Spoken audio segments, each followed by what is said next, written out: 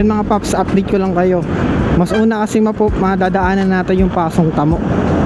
Kaya mas uunahin kong idaan yung documents bago yung yung car yung car supply.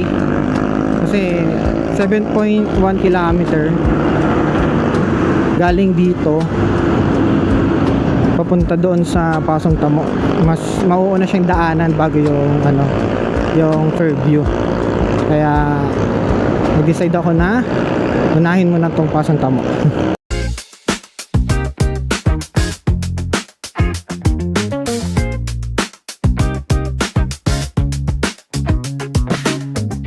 Ayun, buti na lang may mga number, hindi hirap hanapin.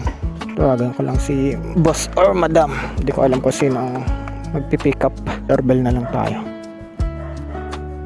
Hindi sumasagot. Lalamog po. Sabi ang number. Thank you po. Thank you po. Yun, nilabas din tayo ni boss. Dahil dyan, bigyan natin siya ng 4 star. 4 star lang kasi wala tayong tip. Wala tayong tip kanina kaya 4 star lang si boss. Ngayon punta tayo doon sa sa isang natin booking. Fairview tayo pupunta. Let's go. 15 minutes coming from Pasong Tamo to Fairview.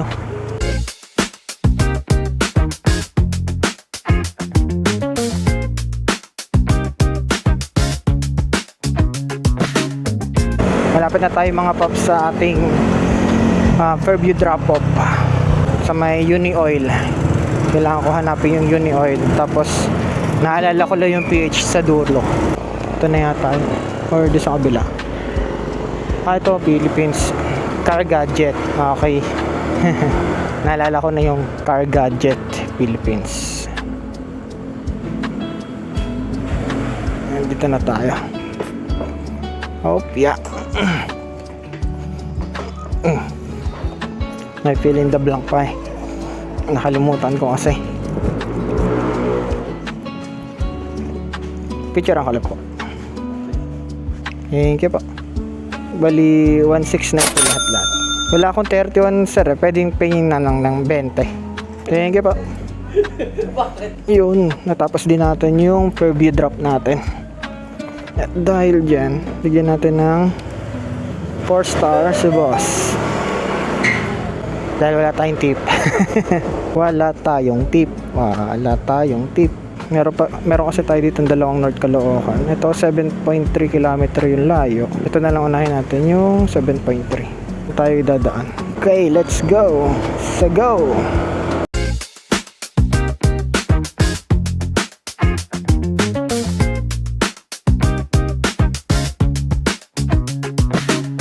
Application na gagawin natin.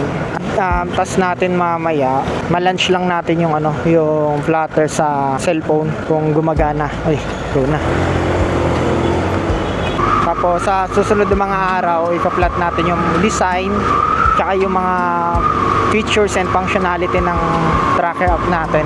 Mamayang gabi, pag-uwi ko after ko dito sa Glalalamove, ayun yung unang gagawin ko, yung mag-set up natin yung flutter at makita natin nagla-launch sa cellphone. Siyempre, sa tulong ng AI ng anti-gravity, ayun kasi yung AI agent natin. Malapit na tayo sa ating next drop-off, North Caloocan sa Parkland Street. Okay, Yalong Terminal. Nandito na tayo sa Yalong Terminal. Nandito yun sa note. Hello po, lalamog po. Hello ma'am. Nandito na po ako sa may Yalong Terminal po. Yes po. Okay po. Thank you po. Okay. I-drop off na natin yung ni madam. Hindi ko pala nasara to. Ayun, naalala ko na tingga. Tagal naman ni madam. 20 minutes sa drop-off later.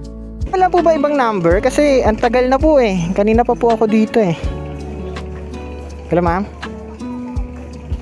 Wala pa po eh. Wala pong pupunta dito sa akin eh.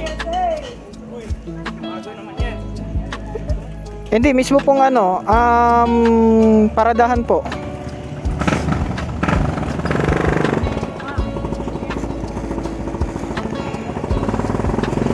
Wala naman po kasi nakalagay dito na outpost eh. Sabi lang dito, Yalong Terminal eh.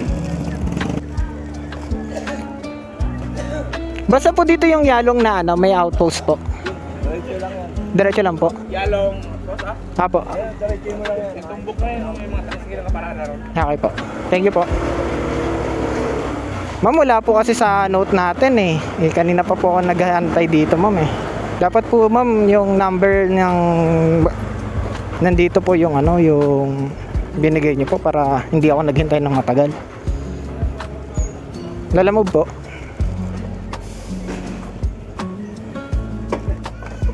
Ay nako. Wala po kasing notes eh. Mas kanina pa po ako dun eh. Dapat kasi pagka ano yung number dito.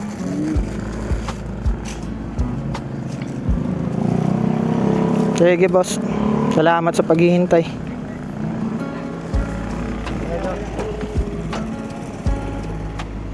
Wala kasing notes eh. Dahil dyan 1 star ka lang po.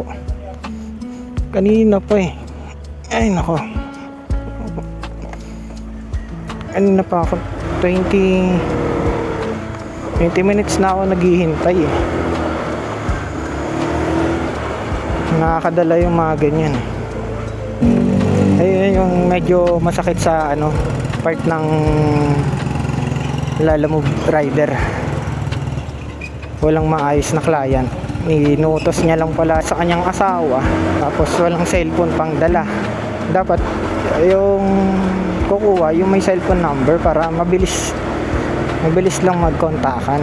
Kapag ka ganun ang nangyari, wala talaga. Mahihirapan tayo manghula. Hindi na pa ako naghihintay eh. Tawag ako ng tawag, pinatayan pa ako. Talaga naman. Ang hina ng internet ko. Hindi ko tayo malaman kung saan ako pupunta. Okay. Yan mga paps. Next ano tayo? Drop off. Wala, pinaghintay tayo masyado dun ng matagal sa Yalong Street na yan. Dalawa pala yung ano, terminal. Hindi sinabi na doon sa may outpost. Wala rin sa notes. Siyempre, susunod lang tayo dun sa pinang location kung ano yung nilagay ni Lalamove. Since ganun ang nangyari, talagang no choice ka na lang talaga. Habaan na lang natin yung pasensya kahit naiinis tayo. Isang ano na lang, item na lang yung ibababa natin, yung dental supply. North Caloocan din siya sa may Barangay 176.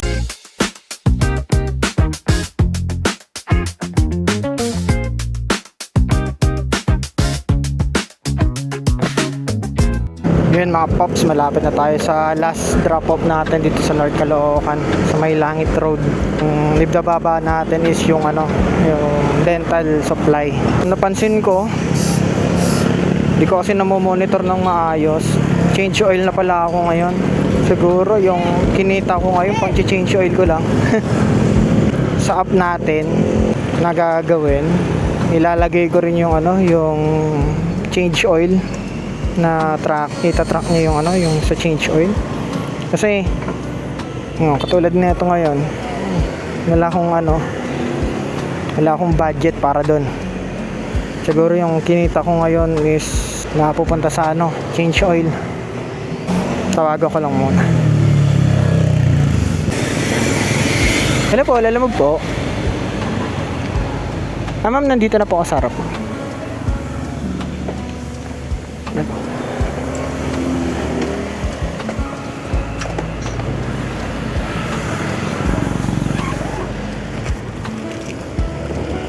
Ko. Medyo mabigat.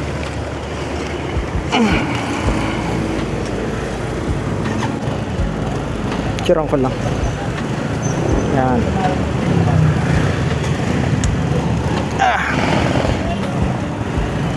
Ito po ma'am. Oops. Thank you po. Magkano ang binigay ni madam? 170. Meron tayong tip. Bigyan natin si madam ng 5 star. Hindi tayo pwedeng magdire-diretso kasi change oil na ako eh. Kailangan kong magpa-change oil. Since malapit ako dito sa bahay namin, magpapa-change oil ako dun malapit sa pinapagawan ko ng ng motor para mas panatag ako. Kasi dun na ako nagpapagawa dati pa. Eh mga paps, natapos natin yung isang ikot na galing Valenzuela to Cainta to Antipolo, tapos Antipolo to Pasong Tamo to Fairview, then after nun dalawang North Caloocan.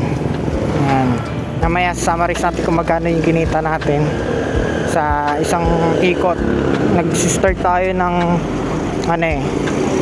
mag-aalas 8 at natapos tayo ng isang ikot ng 11:30. Siguro dadaan muna ako dun sa bahay namin,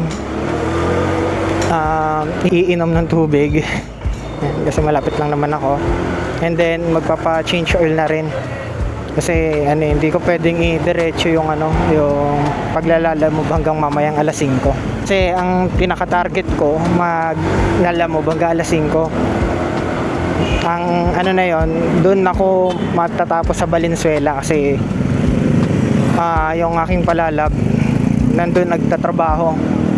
Kami, uwian kami sa bahay. Hindi ko madiretso ngayon, sayang nga sana kung tapos sana neto maghanap pa ulit ako ng booking at idedire-diretso ko. Kaso nga lang napansin ko yung status ng natin motor, naka change oil na.